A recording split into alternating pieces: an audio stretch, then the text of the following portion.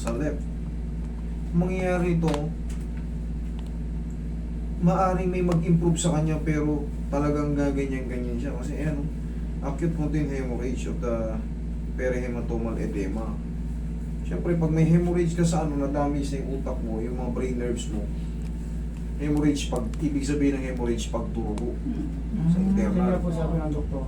Opo. Ngayon, pagka no, mawawala yung control natin pag na-damage yung utak natin. Meron kasi tayong tinatawag na ability na nanggagaling sa ano, tinuturuan ng ano. Ngayon, pag na-damage yung ano mo, utak mo, ayan na, yung ability to talk, minsan, pagka sa mga, kasi merong ano yun, may mga part na ano, front lobe, lower lobe, yan, maaaring maapektuhan yung ano mo, pag nandito ka sa front lobe, maapektuhan yung salita mo. Pero pangkaraniwan yung ibang nai-stroke, kamay, paa. Kasi dito sa cerebral o cerebellum. Ngayon, pagka may internal hemorrhage ka sa utak, buong ano mo na, Buong katawan po, apektado. maano na, para kang ano, uncontrollable na, hindi mo na maano. Kasi yung sira na yung nag-uutos eh. Sira na yung nag-uutos. Yung iba, eto honestly may mga pumupunta rito galing pang US. Piyak yung ulo. Talagang kalahati na yung ulo. Tinatanggal yung hemorrhage.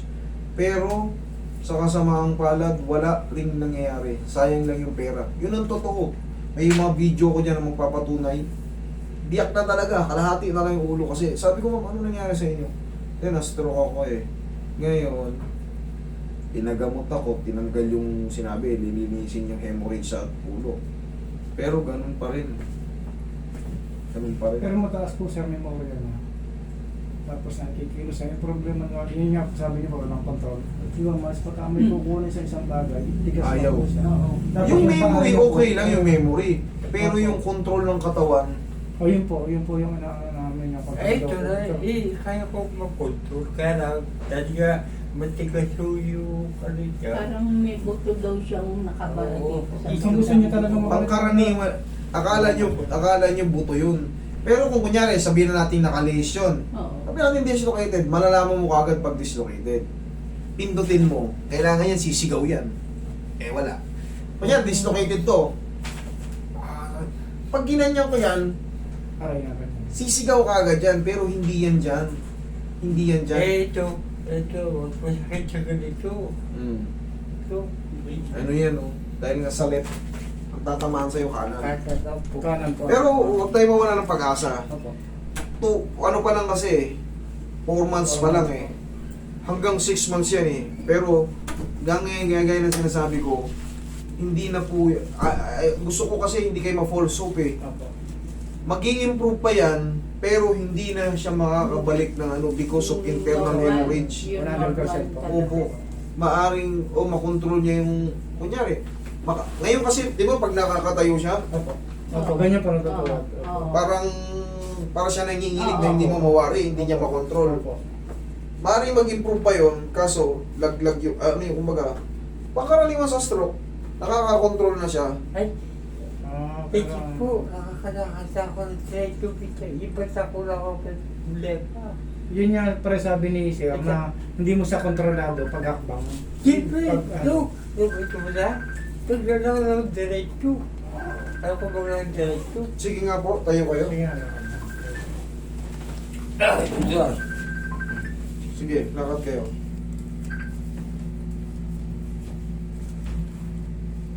Okay. Yun. Ayan o. Ayan, natin mo. Ito po yung ano. Sige, upo kayo. Yun nga yun o. Hindi na tayo yun. Opo, yung Kung mapapansin nyo, siyempre exaggerated yung ano ko. Gumaganon siya o. Kasi yung basta ko kapo. Yung basta. Yung mata. Opo. Sa mata naman kasi, hindi makakapekto sa balancing yan. Hindi makakapekto sa paggiligid. Kahit bulag tayo, kung may guide tayong ganun, pwede nga tayong sumayo kahit bulag eh. Kung talagang bulag eh. Pero pagka part na lang din ng ano yan, maaaring naging diabetic din si sir. Diabetic po ba si sir? Hindi naman po. Hindi naman. Okay. Pero base kasi lumabas dito, ito na yung sinusundan ko, yung findings. Opo. Acute pontine hemorrhage with perihematomal edema. Sa utak po ito. Okay? Consider lacunar infarcts o enlarged perivascular space, bilateral thalamus. Thalamus part ng ano to, ng utak sa gitna. Of the left frontal centrum synovial, semiovale. Ngayon, ang tatamaan, cross yan sa kanan. Pag left ang tinamaan. Pero, siyempre, nandito na kayo eh. Opo. Yung gagawin ko na lang po yung ano, yung method ko. Opo. Kasi makakatulong din naman po yun. Opo. Okay? Tapos, meron pang 2 months si sir eh. Opo. Sunod-sunodin niya lang yung ano, yung mga papawis, sandal sa sapader. Ganyan. Sandal sa sapader. Kaya pre, tingnan mo pre. Ayan, sandal ka sa sapader, hawakan mo ito. Ganyan. Oh. Yan, ganyan-ganyan kayo hanggang sa Tulungan mo mapawis. sarili mo pre. Total gusto Yan. mo naman talagang makaka-recover. Araw-araw ko na Alam niyo sir, basketballista yan, tapos biglang nagkagano. Oo nga po kasi, ang stroke kasi, kahit napalakas mo, pag din na-stroke ka, Trader ano po. Pagka- Hindi nga po kasi papacheck up eh. Wala po kasi check up nangyari no. mahirap i-handle ang stroke, lalo kung talagang out of the blue ka dyan sa ano. Kailangan kasi merong mas maganda, doktor mag-i-explain sa inyo. Ako, ayoko lang kasi mapu-full scope kayo. Yung aasa kayo, galing sa akin, gusto yun. Makabalik ng 100%. Buti sana, maganda kung dislocate na lang yan. Katulad kanina, may nakita kayong dislocate yan, oh. Stop. Yun nga yun, pag dislocate, katulad yan, pag pinindot mo yun, okay sa balakang, hawakan mo lang yun pag naka-dislocate yun. Kasi base sa kanya kanina, parang nakakalsuro yung ano, nakalisyo yung balakang. Pero yan, pag dapat yan, ganyan, yan oh, pindutin ko lang yan. Talagang aray na talaga. Siguro. Correct. Magsisigaw na kagad yan dyan. Ako sir, galing ako rito, tinanggal na yung vertigo ko. Yung anak kong malaking kasama ko dati. Mm. Pero rito 4 months ago, 5 months ago. Wala, hindi na nakano. Kaya sabi ko, rekomendado ko. Vertigo gawin mo sa Sandali na. yari sa akin yan. Tinanggal niya. Pero sa stroke kasi mahabang kapaliwanagan sa Oo, stroke. oo, oo. Kailangan maintindihan nyo muna yung mga tinatawag na yung sa impression na lumabas sa inyo. I-type nyo sa Google, ay, laglag lang. I-type nyo sa Google kung ano yun. I-type nyo, what is hemorrhage? What is hemorrhage? Mm. Sa brain. Para malaman nyo.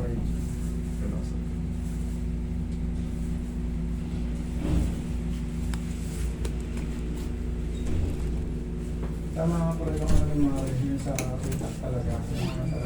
Eh, ano ba yung katumbas ng acute? Ayun na nga po. Ang katumbas ng acute, severe.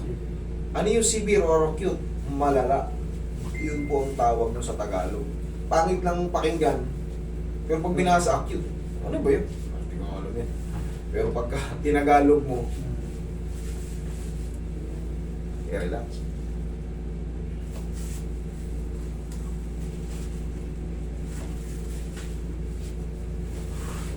Tumitigas daw ang mga binti, parang kamay nga, parang control talaga yun na boss. Ngayon, pagka no, iti-therapy siya. Para lumambot pa yun. Pero, makakabalance siya, pero hindi na kagaya nung dati. Opo. Makaka-recover pa to, pero hindi na, yun ang ano ko, sana, pero sana konti lang maging ano, sana konti lang yung matira. Gaya na sinabi ko, mayroon pang 2 months eh. Kung gagastos lang din kayo, gastusan nyo na. Pero ang pinaka-the best na mag-handle dito, PT. Para kukuryay-kuryay kayo sa yung tinatawag na TENS, puncture. Basta sa kanila yung mga standard procedure, international standard procedure yun. Ihaya ka bossing.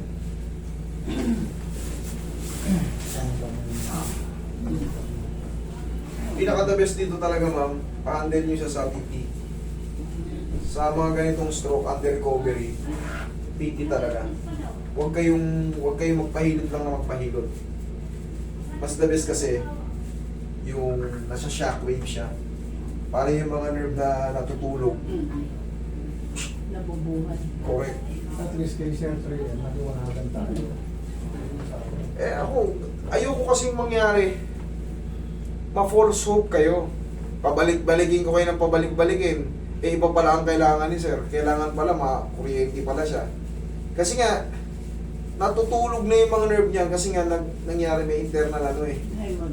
internal hemorrhage sa utak. Pangkaraniwan naman nakikita natin sa stroke, nakikita nyo yung iba talagang patay o kalahating katawan. Ano po sa kanya sir, parang hindi po siya talaga ng sagad talaga sa todo. Acute Kasi nga sir eh. kilos pa niya, no? Hindi, acute nga sir eh. Malakas na lo. Kumbaga, Yun nga, no? acute nga eh. Acute hemorrhage yung tumama Kumbaga eh. sa kanya, hindi namatay talaga yung kalahati talaga, total patay talaga. May mga portion na hindi niya na-control. Okay. Kasi nga kalat na nga yung eh. Depende kasi kung saan tatama yung hemorrhage eh. Mayroong front lobe, lower lobe. Mayroong yun, siyempre ang hirap ipaliwanag kung ako hindi naman ako yung doktor eh. Kung ano na naiintindihan ko kung yun ang Kasi pag tinamaan ka sa ibang part, kunyari lower lobe, yung mga balancing sa mga sa front lobe, yan, yung salita, ability to talk, pababago, may mga siya, may mga parts na nakaakibat na nakakonekta sa utak. Masakit yung ito. Ang sakit nito? Masakit dito. Sige, ito ito yung mga masakit yan mas gusto ko pa eh. Kaya yan. Pero pag sa utak kasi yung na-damage, hindi naman pwedeng hilutin yung utak kahit natanggalin niya. Ito yung masakit, tanggalin natin yung masakit. Gusto ko pa itong mga ganito eh. Kag-uusapan ko na bigat na ganito. Doktor na talaga yan. Masakit dito. Ito. Yan. Pero bago pa rin. Tingnan mo yung salita niya, ganyan ba siya dati magsalita? Hindi. Ganyan siya? Hindi. Yung na-stroke lang. Ayun na. Sabi ko Normal na- siya, normal Oo. siya. Normal. Tingnan mo yung salita niya parang bumalik sa nag-guide. Nabulol mo. Oo, dahil dati. Yan. Tubig. Pero ikaw. Oo, mas gusto ko pa to. Yung mga ganito, kaya pa nating solusyonan to. Pero kayong kasama nito ang sa bahay, paghahanap kayo ng PT. Meron na, siya, nagre-rehab, kaso binawal muna dahil ngayon sa mata daw, baka daw matumba. Pero ano yun, registered PD yun. Sa inari. Yun sa mata, hindi yan, Pagkado. iba yan eh. Ibang yan, iba ang connection yan eh. Hindi yan dito sa mga pero baka part din ng stroke kasi nga right front lobe to the left. Baka nga hindi ko kabisado. Pero hindi yan kasi, ang ibig sabihin, irrelevant siya sa akin, hindi naman kasi nahihilot ang mata. Oo. Irrelevant siya sa Kailangan akin. talaga. Yun ang ibig sabihin ba kasi? ophthalmologist. Yes, optal talaga, para malaman kung ano yung Oo, sa pinagmumulan. February 4, balik ulit kami dun sa ophthalmologist. Okay. Pero hopefully sir, maka-recover ka pa. Total, sabi mo. Kaya ba? Kaya nakakatayo naman kaso kita nyo naman gumagalaw-galaw siya. Hindi siya kontrolado sir, no? Oo. Ayun sir, pare, ano yung sabi ni sir, Hindi yung tulungan mo rin sir. hindi yung kaya mag-stay na ganyan. Once sumak mo siya, ina nyo, mayroong movement na uncontrolled. Basta. Pero hopefully kahit pa paano makatulong ako. Tagilid ka sir. Tagilid, paganto. Wabila.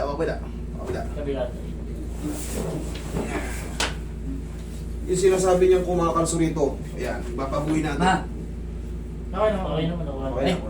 Wala niya hawak pa. Akala niya hawak niya. Ganyan siya eh. Minsan naman, akala niya hawak na, kaya bumabaksak.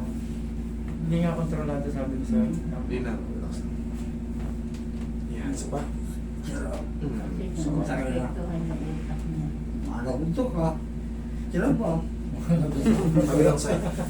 Yung sinasabi mo kumakalso, pwede nating yun. Pero hindi yan dislocated, talaga. Yung mga mga discompression na yung nararamdaman yan. Kaya may masakit sa balakang. Pero yan nga, parte rin ng yung balancing. Tumitigas yung mga niya. Okay, relax lang sila. Yun, isa pa. Yung cappuccino. Sarap.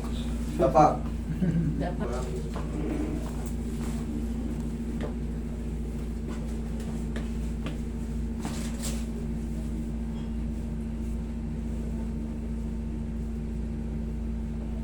Relax lang.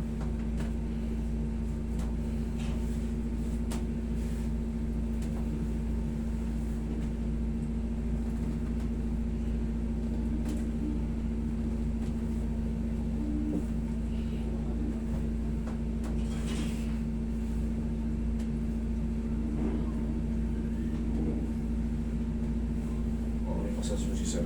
Diyan ka lang muna bossing ha. O yun, papawis din siya. Kahit paano itulit nyo sa araw. Stretch, stretch. Ihaya ka sir. Inhale. Exhale. Down. Yun. Thank you. Diyan lang muna. Ay, massage mo yung tuhod ni sir. Highly recommended sa visa yun. Very good. Very good. Bossing, kaya nga nasabi ko, mga joint, mga laman-laman, mga masakit dyan, okay yan, ma-adjust ko yan. Pero ang internal problem, kailangan talaga ma-handle pa kayo ng PT para yung yun nga, mga shockwave, mabuhay pa yung mga natutulog na para mag-improve pa. Sa akin, sa adjustment, sa alignment, ayos, yung mga masakit, very good ayos Pero kita mo yung imbalance pa rin. Tense, shockwaves, mga manipulation pa nila. Para sa akin, PT, pwede sa talagang magaling dyan sila. Sila dapat munang umandel. Para nasasanay din. Para lang siya naglalakad niya, no? Tinuturo natin maglakad na nakahiga. Yan, no? Yan ang basic na ginagawa ng Hindi maganda. Wala masakit, napo-fold natin ang todo. Tapos yung mga ganito, isa-isa, tapos yung dalawa, para sa balakang. Kaya-kaya niya naman, wala masakit, Yan. 1, 2, 3. Wala naman parang okay naman. Basta, tuloy-tuloy lang yung ganun. Sir, ha? Pag na-pray mo mo niya, alam naman. Tapos yung ganito, sir, pagka sarili nyo, ganito. Yan, auto-control pa, Yan, sige. Taas mo, pre. Yan. Yan, Yan. ganyan. Hanggang sa mapawisan yung kilikili niya at likod niya. Pag napawisan nyo, ang laking tulong nun. Yun. Yan pala Okay yan. Sabi mo kasi, pag wala kang ginagawa sa bahay, galaw-galaw. Oo. Grabe niya. Pero mas maganda itapat mo siya sa medyo may init. Mag-jacket siya. Mag-jacket. Para mapawisan siya. Pag napawisan siya, ang laking tulong nun. Ang laking tulong nun. Yung mga stock na bad cholesterol, yung mga Okay, sir, ganito. Yan. Tapos putok-putok mo na gano'n. Hinga, tayo ka. Tingnan mo kung mas maganda ngayon. Kasi may umabara raw din sa talak niya. Tulas. Mantika. Yun. Hindi, yung oil namin yun. Oil natin yun. Sige, lakad ka. Posing. Mura ako. Tayo.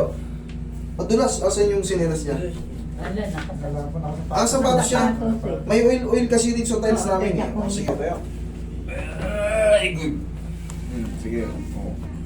Sige, lakad. May Hakbang mo, pre, hakbang. Bang, hawakan mo na ta. Hawak. Hakbang mo. Kaya ko pang pumantay o hindi Pumantay, pumantay yung ngayon Oh. Yeah, okay. Masyado ako nagpamadali. Huwag kang magmamadali. Mahalaga nakakatayo ka. Oo. Yun Sige. ang parang Sige, hawak ka sa akin. walang control. Yan. Yan. Pag pagbilihan nyo siya ng cane, doon na magsisimula yan. Dahil lang may sabay. Walker sa kanya, walker. Meron siyang walker, Hindi, may tsaka walker. tungkod. Yun muna. Hanggang sa maka-recover yan, 2 months, Huwag hindi ka mong madali, makakatayo din. pre. Huwag kang magmadali. No. Okay ka naman, sir? Ang tayo ni sir, huwag kang maiinis kung Mm. ano yung mga ginagawa mo dati na hindi mo nagagawa. Pasensya. Pasensyoso ka, pre. Maging pasensyoso. Okay, kasi pag na-high blood ka, Ayun. ano pag tumataas ang pag nagigigil tayo, tumataas yung presyon natin. Yung sabog na brain nerves, siyempre hindi, si-circulate yun dun Siyempre, kakalat na naman yun, lalong-lala yung... Relax ka lang daw lagi. Kaya nga sabi sa'yo, huwag kang magmadaling magpagaling. Unti-unting gagaling ka. Okay, gagaling ka. Oo. Okay? Oh, Okay. Magiraw!